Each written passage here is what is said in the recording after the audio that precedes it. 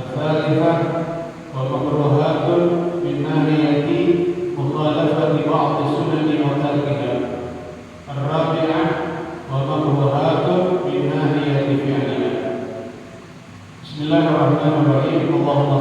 sayyidina Muhammad wa ala ali sayyidina Muhammad. Babu makruhatus shalah. Satu bab menerangkan tentang hal-hal yang dimakruhkan di dalam sembahyang. Satu bab menerangkan tentang hal-hal yang dimakruhkan di dalam sembahyang. Sudah sama kita mengerti makruh adalah satu hukum yang berlaku semenjak zaman Nabi Rasulullah Sallallahu Alaihi Wasallam. Adapun Nabi-Nabi sebelum Nabi Muhammad itu belum ada hukum makruh, bahkan belum ada hukum sunnah. Yang ada bagi mereka boleh dan tidak boleh. Namun di zaman bagi Nabi Muhammad ada hukum yang namanya makruh. Apabila sesuatu yang makruh itu terjadi di luar sembahyang, maka ada dampak negatif bagi kehidupan kita. Ya, di luar sembahyang kita mengerjakan sesuatu yang dimakruhkan, itu pasti ada dampak negatif. Namun ketika sembahyang, hal-hal yang dimakruhkan apabila itu terjadi, itu mengurangi kesempurnaan sembahyang. Dia mengurangi pahala dari sembahyang itu sendiri. Nah, jadi arti makruh manaha al-husyar nahiyat gaya jazim, itu pengertian dari makruh. Apa arti makruh? Manaha al-husyar, agama melarang. Agama melarang. Berarti kalau melarang jangan terjadi. Ya, kalau dilarang berarti jangan terjadi. Nahyat ghairu jazimin. Tapi larangan ini boleh dilanggar. Artinya tidak berdosa kalau kita mengerjakan yang dimakruhkan. Ya, tidak berdosa. Cuma itu tadi, kalau di luar sembahyang itu ada dampak negatifnya buat kita. Cuma kita nggak merasa, karena kebanyakan sesuatu yang dimakruhkan tidak terjadi, makanya kita merasa.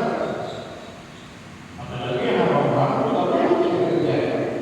Sehingga kan dari sesuatu yang ditinggalkan, dari sesuatu yang terjadi, sesuatu yang dimakruhkan, kita berasa dampaknya. Nah, dalam sembahyang, apabila yang makruh terjadi, itu mengurangi pahala, mengurangi kesempurnaan sembahyang itu sendiri. Yang seharusnya sembahyang itu ya pahalanya berlipat-lipat ganda, ya, karena dia mengerjakan sesuatu yang dimakruhkan dalam sembahyang berkurang demi sedikit. Semakin banyak hal-hal yang dimakruhkan dalam sembahyang itu terjadi, maka semakin banyak pahala yang hilang. Jadi sangat-sangat disayangkan. Jadi dengan sekuat tenaga upayakan dan usahakan sesuatu yang dimakruhkan sedikit demi sedikit kita tinggalin. Artinya jika terjadi itu sesuatu yang disunahkan. Karena mengerjakan, karena meninggalkan yang disunahkan, maka hukumnya makruh. Tarkuman juga kuliah. Meninggalkan sesuatu yang disunahkan itu adalah makruh. Kemarin kita sudah belajar hal-hal yang disunahkan belum sembahyang, tengah-tengah sembahyang, setelah sembahyang. Sekian banyak yaitu sunnah-sunnah sembahyang. Apabila kita tinggalin, itu hukumnya makruh. Ya, tarkuman juga kuliah. Meninggalkan sesuatu yang disunahkan, maka hukumnya menjadi makruh. Ya, nah ini kita baca tentang hal-hal yang dimakruhkan di dalam sembahyang. Berarti kalau kita terjadi mengurangi pahala, ya, mengurangi pahala, mengurangi kesempurnaan, mengurangi lagi fadilah banyak itu sendiri. Aqsamu makruhat fi shalah arba'atun. Hal-hal bagian yang dimakruhkan dalam sembahyang ada 4 macam. Ya, hal-hal bagian-bagian yang dimakruhkan di dalam sembahyang ada 4 macam. Yang pertama, makruhatun min nahiyati makani shalah. Hal-hal yang dimakruhkan dari sisi tempat sembahyang. Ya, tempat sembahyang kita bisa makruh. Ya, tempat-tempat mana aja yang kita kalau kita sembahyang di depan, ya sembahyang tersebut menjadi makruh. Yang kedua, makruhatun min nahiyati halil musalli. Yang kedua, hal-hal yang dimakruhkan dari sisi keadaan orang yang sembahyang. Kita sendiri, ya kondisi kita ketika sembahyang, nah itu ada sesuatu yang dimakruhkan. Yang ketiga, makruhatun min nahiyati mukhalafati ba'di sunnati aw tarkiha. Hal-hal yang dimakruhkan dari sisi berbeda persalahan sebahagian yang disunahkan atau bahkan meninggalkan hal-hal yang disunahkan. Yang tadi awal meninggalkan yang disunahkan hukumnya menjadi makruh. Yang terakhir, wa makruhatun min nahiyati fi'liha. Sesuatu yang dimakruhkan dari sisi melakukan sembahyang itu sendiri. Ya, satu-satu ya dijawab. Jadi pembagian makruh dalam sembahyang ada 4. Ya, yang pertama tadi dari sisi tempat sembahyang. Yang kedua dari sisi kondisi orang yang sembahyang. Yang ketiga bersalahan akan sebagian sunnah atau meninggalkan sunnah. Yang keempat dari sisi mengerjakan makruh itu sendiri dalam sembahyang. Yang pertama, makruhatun min nahiyati makan shalah. Hal-hal yang dimakruhkan dari sisi tempat sembahyang. Yang pertama, as-shalatu fil hammam. Ya, as-shalatu fil hammam. Ya, hammam ini pakai syiddah. Kalau ini dari syiddahnya berarti burung merpati. Ya, hammam itu artinya burung merpati. Kalau al-hammam artinya kamar mandi. Ya, kamar mandi yang ada tempat perak itu namanya hammam. Nah, sembahyang di kamar mandi itu makruh. Ingat, sembahyang di kamar mandi, hammam ini apa namanya? Hammam ini fi kutubil fiqh wal mu'addal ghusl faqat. Dipersiapkan untuk mandi doang, bukan untuk buang air kecil, bukan untuk buang air besar. Jadi khusus itu tempat buat mandi doang. Kita sembahyang di situ, maka jadi ya. Yang kedua, sholatu fil maslah. Sembahyang dekat kamar mandi, depan pintu kamar mandi itu juga hukumnya makruh. Yang depan kamar mandi itu hukumnya makruh. Selanjutnya, as-sholatu fil majzarah. Sembahyang di tempat jaga pemotongan hewan, baik kambing, sapi, kebo, unta, itu namanya majzarah, tempat penyembelihan, tempat jaga.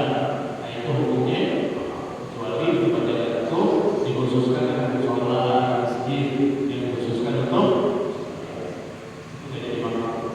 Ini tempat potong-potong, ini digelar sejadah di situ, ini hukumnya makruh. Kemudian as-sholatu fil mazbalah. Sembahyang di dekat tong sampah. Lagi dekat-dekat aja sembahyang di tong sampah. Itu hukumnya makruh. Ya. Kemudian selanjutnya as-sholatu fil kanisah wal bi'ah. Sembahyang di kuil atau di gereja. Kanisah masjidnya orang Yahudi, bi'ah masjidnya orang Nasrani. Nah, kita sembahyang di masjidnya orang Yahudi, bahasa Arabnya namanya kanisa. Nah, itu hukumnya makruh. Ya, atau sembahyang kita walaupun di halaman gereja itu sendiri hukumnya makruh. Sah sebaliknya cuma makruh. Kan dibeli kalau pakai masuk-masuk ke itu ya jualan sebaliknya di halaman gereja itu masalah makruh. Ya, pada Idul Fitri banyak di halaman gereja. Jadi bukan begitu ya, supaya nggak pakai ilmu, berbuat nggak pakai ilmu itu ngomong sinar, tapi nggak terbataskan ya, sia-sia. Jadi satu mirip-mirip, ya lanjut. Kemudian as-salatu mawdi'ul maks, sembahyang di kantor bea cukai perpajakan. Itu memang dia sembahyang di al-maks artinya bea cukai perpajakan. Itu hukumnya. Orang Islam nggak boleh sembahyang. Ya, orang Islam itu tidak ada pajak, nggak wajib bayar pajak. Kenapa orang Islam nggak wajib bayar pajak? Karena dia ada zakat. Ya, dulu di zaman Rasulullah yang wajib pajak itu orang-orang yang Islam mendapatkan keamanan, ketentraman, kenyamanan, tinggal bersama kaum muslimin wajib membayar jizyah, upeti pajak. Nah, kalau orang Islam nggak wajib bayar pajak, ya nggak wajib bayar pajak karena udah ada zakat. Ya udah ada zakat. Jadi malah tidak ada zakat, memang pajak. Nah itu sembahyang ini dia cukai itu pajakan. Belanda. Ya itu hukumnya. Ada masjid yang besar sekali di sini. Iya sama. Boleh kalau di sini bukan masjid, musola itu boleh. Wa mithluhu kullu ma'siyatin, juga makruh sembahyang di tempat di situ sering dibuat maksiat. Ya hal-hal tempat yang dibuat maksiat ketika dari situ hukumnya mah bar dia bar dibuat maksiat. Alas. Kemudian as-salatu fis-suq, sembahyang di pasar, hukumnya makruh. Ya, hukumnya makruh. Kemudian as-salatu amama adamiyyin yastaqbiluhu, sembahyang berhadapan sama orang itu melihat kita ngadepin orang itu, hukumnya makruh kecuali orang tersebut membelakangi kita itu. Kalau orang itu ngadepin kita lihat kita sembahyang itu juga hukumnya makruh. Kemudian terakhir as-salatu musawiyyan lil imam fi mawqif. Kalau sembahyang berjamaah makruh hukumnya bagi makmum mensejajarkan tumitnya dengan imam. Ya, tumit imam atau tumit makmum sejajar. Nah, makmum itu hukumnya makruh. Jadi harus mundur sedikit, ya, agar supaya tumit imam lebih maju ketimbang tumit makmum. Jadi batasan itu tumit, yaitu tumit bukan jadi kaki. Nah itu dia, ya hal-hal yang dimakruhkan di dalam di sisi tempat orang sembahyang. Kemudian yang kedua, makruhatun min nahiyati hadzal musalli. Makruh nih, ya mengerjakan sembahyang bagi orang yang sembahyang. Yang pertama, as-salatu hakiman wa huwa alladhi yudafi'u al-baul. Makruh sembahyang kalau berbelat kencing. Ya, dari kencing dulu baru sembahyang. Jangan begitu berkencing itu sembahyang, itu hukumnya makruh. Berbeda kalau baru sembahyang kebelet kencing, makruh. Karena sebelum sembahyang kita kadang kebal. Nah ini kalau sembahyang itu kebelet kencing, tapi dia nggak mau kencing, itu hukumnya makruh. Kemudian as-salatu hakiman wa huwa alladhi yudafi'u al-ghaib. Sembahyang kebelet buang air besar, sama dia juga hukumnya makruh. As-salatu haziqan fi hurriyah, ya, sembahyang dalam keadaan berbelat kentut, itu juga hukumnya makruh. Sebelum sembahyang makruh dengan kentut. Lagi sembahyang ya wajib ditahan dengan kentut. Lagi sembahyang tak boleh sengaja kentut. Haram hukumnya. Jadi kalau sembahyang kentut itu wajib ditahan. Kalau di luar sembahyang kentut itu nggak, karena makruh ditahan.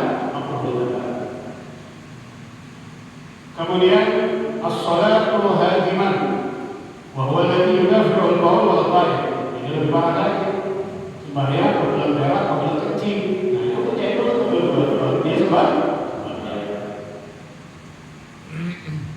Nah yang kelima as-salatu taqiqan lil-ta'am al-hadir in wasi'an al-waqt. Sembahyang dalam keadaan makanan yang dihadapkan supaya zuhur, supaya asar, supaya maghrib, supaya isya, ya, makanan yang nanti yang di dalam keadaan lapar. Nah itu semuanya rumah. Jadi gimana? Makan dulu baru sembahyang. Baru sembahyang menjadi cuti. Yang ada tempat yang mengirim makanannya. Ya, dan di Asia atau di Asia. Dahulukan makan sebelum sembahyang isya. Dahulukan makan malam sebelum sembahyang isya. Jadi makan dulu baru sembahyang. Ya kalau dia sembahyang di pasti pinggir ada makanan pikirkan kepada mana. Ya pikirkan begitu. Ya lanjut. Kemudian as-salatu wadban, sembahyang dalam keadaan emosi. Ya dalam keadaan marah. Itu hukumnya yang berjalan dulu, yang kemarin sudah disebut. Kemudian as-salatu na'isan, sembahyang dalam keadaan ngantuk, sudah memang. Kemudian as-salatu maksyufar ra's wal mankib, ya sembahyang nggak pakai peci, palanya terbuka dan pundaknya juga terbuka. Itu hukumnya mah nggak pakai peci banyak. Kemudian as-salatu fi thawbin fihi tasawir atau syai'un yulhihi, sembahyang pakai baju yang ada gambarnya. Itu hukumnya. Ya, sembahyang pakai baju yang ada. Itu hukumnya atau syai'un yulhihi, atau sesuatu yang bikin orang lalai. Ya di belakangnya ada tulisan, ya tulisan calon presiden. Jadi kan sampai belakang orang lain bukan baca-bacaan, baca tulisan yang baru. Atau syai'un yulhihi, itu sesuatu yang bikin orang lain lalai. Alas, kemudian asbab makruh hukumnya sembahyang pakai kain yang serong, yang melewati mata kaki, itu hukum makruh. Ya, jadi kalau sembahyang kainnya, celananya ada di atas mata kaki, di bawah mata kaki itu namanya isbal, hukumnya makruh. Yang ketiga, hal-hal yang dimakruhkan dari sisi bersalahan, sebahagian sunnah atau meninggalkan yang sunnah. Yang pertama, al-israr wal jahr fi ghairi mawdhi'ihima. Ya, sembahyang sir dibaca jahar, sembahyang jahar dibaca sir. Itu hukumnya makruh. Sembahyang zuhur itu kecil suaranya, sembahyang maghrib dia pelan suaranya. Itu hukumnya makruh. Ya, sembahyang isya mesti jahar dibaca sir. Sembahyang asar mesti sir dibaca jahar, itu hukumnya makruh. Kemudian al-ilsaq maqbudaihi bi janbaihi lil-dzakar, menempelkan dua ototnya dengan dua lambungnya bagi laki-laki. Dia sembahyang dua ototnya nempel tapi dua lambung, tiga ruku. Ini khusus buat perempuan, perempuan dinempel, kalau laki bilang. Kemudian ilsaq wasmu batnihi bi fakhidaihi bil dzakari aydan. Menempelkan perutnya dengan dua pahanya untuk laki-laki juga. Jadi kalau lagi sujud, perut dia ditempelin di dua paha itu memang makruh, tapi tidak untuk perempuan. Kalau perempuan memang seperti itu. Kalau laki harus direnggang, dijafatu, apa namanya? Bainal mirfaqain al-janibain wa raf'ul batni al-fakhidain. Ya, angkat perut dari dua paha.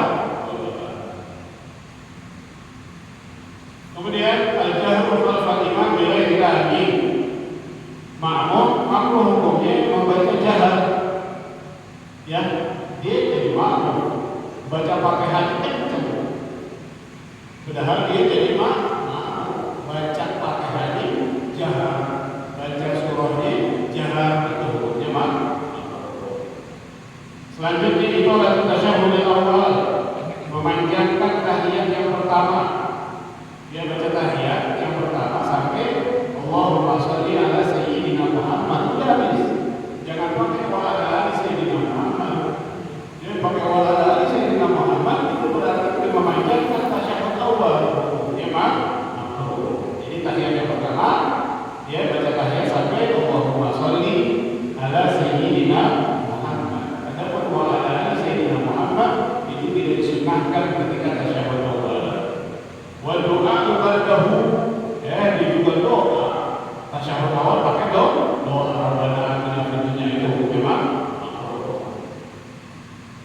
Selanjutnya tarku surah fi raka'atain al-ulayain. Ya. Dia sembahyang di rakaat yang pertama dan rakaat yang kedua enggak baca surah. Sembahyang di rakaat pertama, di rakaat kedua dia enggak pakai surah, itu hukumnya makruh. Kemudian yang ketujuh tarku takbiratul intiqalah. Ya, dia meninggalkan takbir intiqal.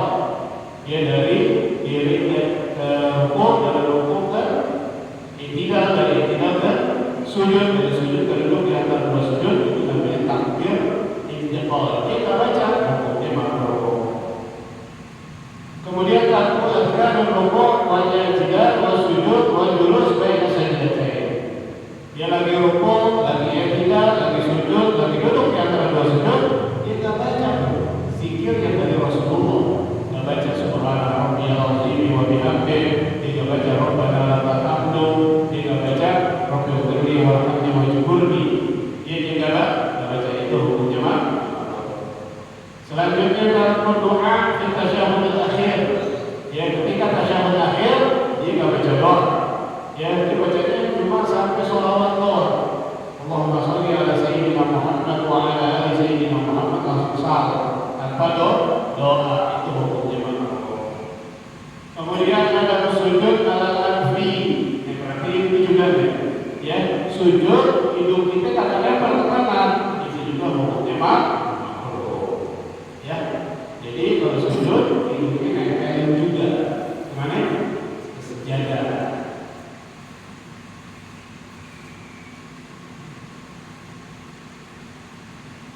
Kemudian selanjutnya satru yadayhi dari ihram wa sujud, menggenggam dua tangan ketika takbiratul ihram dan sujud.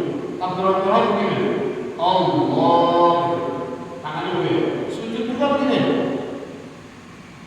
Salah sujud begini. Salah sujud begini kan? Ya, tak perlu. Jadi bang.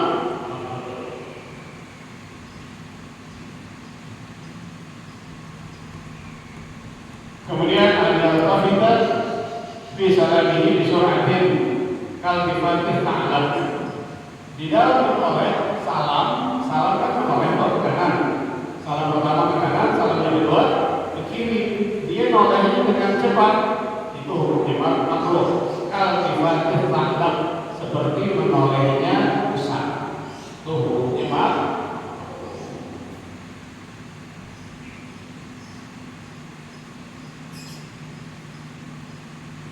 Kemudian juga ini sering juga terjadi kami jamaah, ada yang sebanyak begini, iftirasus sabah huwa an yad'a dhira'aihi 'ala al-ardh fi sujud. Ketika sujud dia menempel sirotnya ke bumi ke tanah. Ini nih yang namanya sirot dari perjalanan tangan sampai sikut, itu namanya sirot. Nah, sirotnya dari sujud tempelin kemana? Ke sejadah tanah. Ini hukumnya makruh. Dia hukumnya makruh. Kalau perempuan memang disuruhnya perempuan seperti ini. Kalau laki copot telapak diangkat sirot. Ya, sirot ini. Nah, kalau ditempelin hukumnya makruh. Ya, sedikit lagi.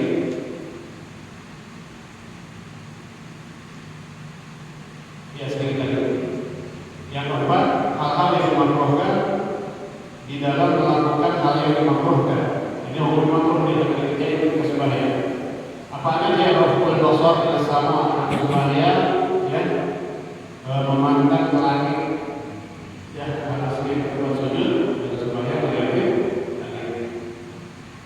Kemudian, nah ini perhatian, mashu jabahatihi, ya, wa taswiyatul khasab fi mahalli sujud. Ketika sujud, ya, ketika sujud, bangun dari sujud, dia kelak tidak sujud. Ya, dia sujud, kemudian duduk di antara dua sujud, dia langsung kelak jidat, karena di situ ada apa? Ada pasir, ada debu-debu, itu hukum makruh. Jadi biarkan dulu, nanti diusap, dilap, setelah sholat, diangkat kecuali ada batu-batu yang bikin sakit, itu boleh. Kalau misalnya sebatas debu-debu doang, tidak bikin sakit, ya jangan diambil nanti usap. Kemudian ketika sujud, mulut jangan nempel ke tanah. Ya hukumnya makruh. Makruh di sujud kalau ya jangan tempel mulut di dalam dan juga tanah.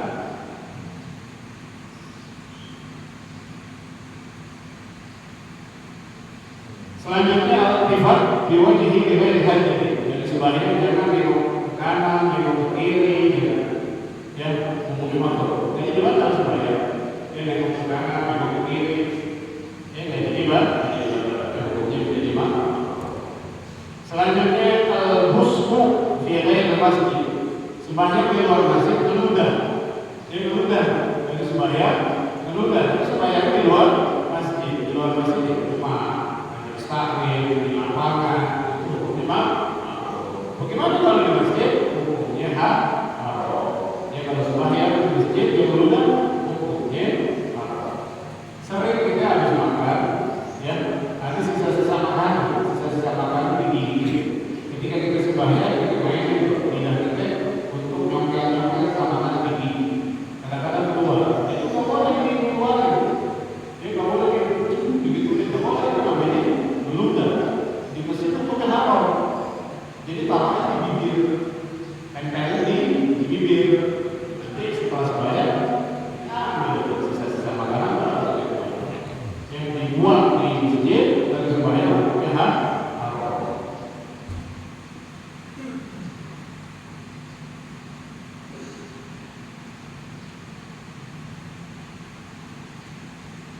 Kemudian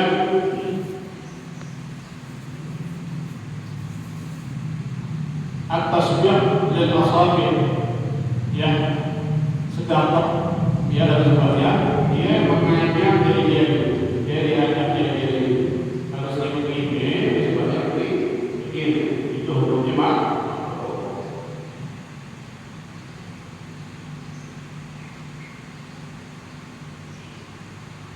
Kemudian mugharanatul imam fil af'al, membangkit imam di dalam rukun fi'li, itu hukum makruh. Jadi kalau imam makruh itu jangan bangkit imam makruh. Imam boleh sempurna rukuk, imam rukuk, jangan kita bangkit rukuk. Kalau imam udah rukuk sempurna, makruh rukuk. Imam udah sujud, kita sujud. Imam udah duduk di antara dua sujud, kita duduk di antara dua sujud. Jangan membanding. Kalau kita membanding, maka hukumnya menjadi makruh. Selanjutnya at-tafarruq mual. Yang mual itu hukumnya makruh. Yang Rafa'atul asabi, ya, membunyikan jari-jari, meletekin jari-jari. Kita sebab bayar itu cuma besok berhubung dengan sholat. Hari mengatakan sebab yang Allah pada sholat istiqamah dengan ibadah. Mau dengan bersyukur seperti Bismillahirrahmanirrahim.